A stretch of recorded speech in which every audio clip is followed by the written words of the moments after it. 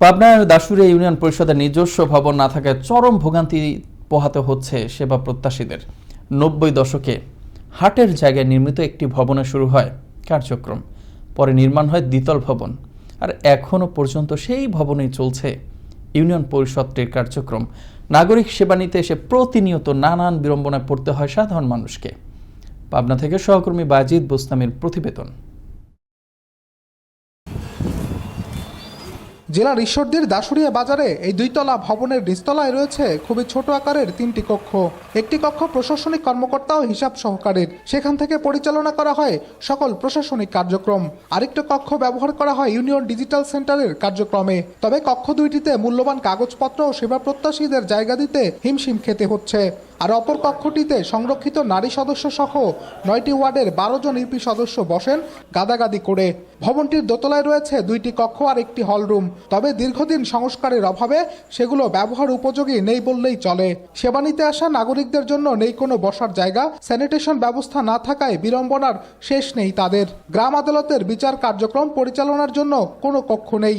চেয়ারম্যানের জন্য পরিষদ ভবনের সামনে নির্মাণ করা হয়েছে আলাদা একটি কক্ষ। তাহলে নতুন মডেলের যদি ইউনিয়ন পরিষদ করা যায় সেক্ষেত্রে আমরা অনেক আনন্দিত হব। 20-30 বছর তো হবে, এটা সারার দরকার। গেলে ওয়াশরুমের কোনো সুযোগ সুবিধা নাই, তারপরে বসার মতো সেরকম পর্যাপ্ত জায়গা নাই, অনেক ধরনের অসুবিধা আছে। ভাঙাচোরা আর যেটুকু ছিল ব্যবহার করার যোগ্য না। কাঙ্ক্ষিত সেবা প্রদানের মানসিকতা থাকলেও অনিচ্ছাকৃতভাবেই বঞ্চিত হচ্ছেন সেবা প্রত্যাশীরা, বলছেন প্রশাসনিক কর্মকর্তা ও জনপ্রতিনিধিরা।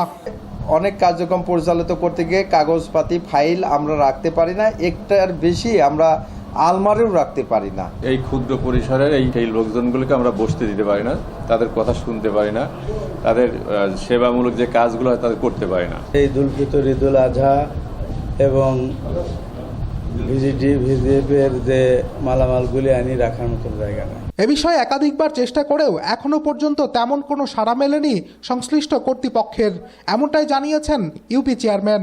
এখানে প্রতিনিয়ত মানুষজন আসলে অনেক কষ্ট, বাইরে অপেক্ষা দাঁড়িয়ে থাকে।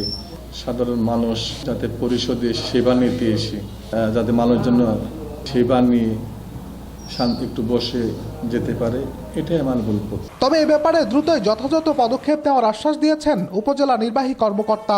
উপজেলা পরিষদের থেকে আমরা মাসিক সভায় সিদ্ধান্ত নিয়ে আমাদের ঊর্ধ্বতন কর্তৃপক্ষ বরাবর এই দাসুরিয়া ইউনিয়ন পরিষদের জন্য নতুন ভবনের জন্য আমরা ইতিমধ্যে চিঠি দিয়েছি। ইউনিয়ন পরিষদের পর্যাপ্ত জায়গা না থাকায় হাটের জায়গায় নির্মিত এই ভবনটিতে চলছে ইউনিয়ন পরিষদের কার্যক্রম। আর এ কারণে সাধারণ মানুষকে সেবা নিতে এসে পড়তে হচ্ছে নানা ভোগান্তিতে। সচেতন মহল এবং দাসুরিয়া ইউনিয়নবাসী মনে করছেন দ্রুতই সংশ্লিষ্ট কর্তৃপক্ষ এ ব্যাপারে পদক্ষেপ নিয়ে সমাধান করবেন। বাজিদ বোস্তামি, আনন্দ টিভি, পাবনা।